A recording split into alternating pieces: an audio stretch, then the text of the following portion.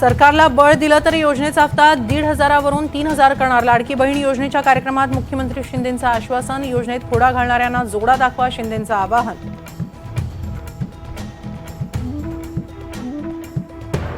लाडकी बहीण योजनेला बदनाम करण्याचं विरोधकांचं षडयंत्र। देवेंद्र फडणवीसांचा विरोधकांवर निशाणा।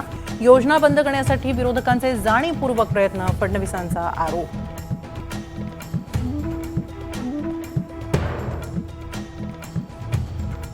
पुढच्या 5 वर्षात 90,000 रुपये देणार, अजित पवारांचं आश्वासन। दिलेली ओवाळणी कोणीही काढून घेऊ शकत नाही, अजितदादांची ग्वाही।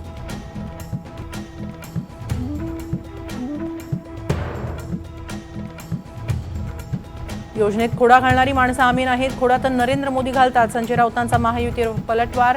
ठाकरेंच्या अनेक योजना महायुतीने बंद केल्या, राऊतांचा आरोप।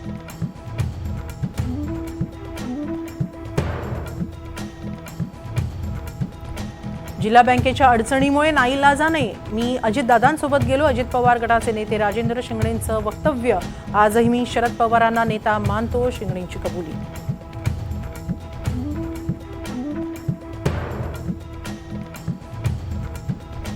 जळगावमध्ये छावा संघटनेच्या कार्यकर्त्यांचा सुप्रिया सुळेंना घेराव। मराठा आरक्षणावरील भूमिका स्पष्ट करा, संघटनेची मागणी।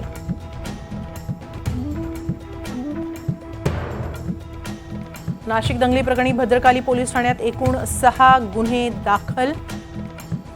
आतापर्यंत 15 जणांना अटक, इतर आरोपींचा शोध सुरू।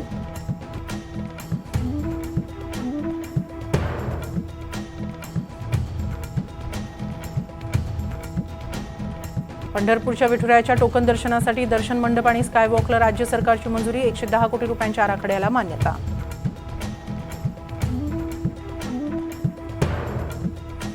मध्य हार्बर आणि पश्चिम रेल्वेवर उद्या मेगा ब्लॉक। वेळापत्रक बघूनच रेल्वे प्रवाशांना बाहेर पडण्याचं आवाहन।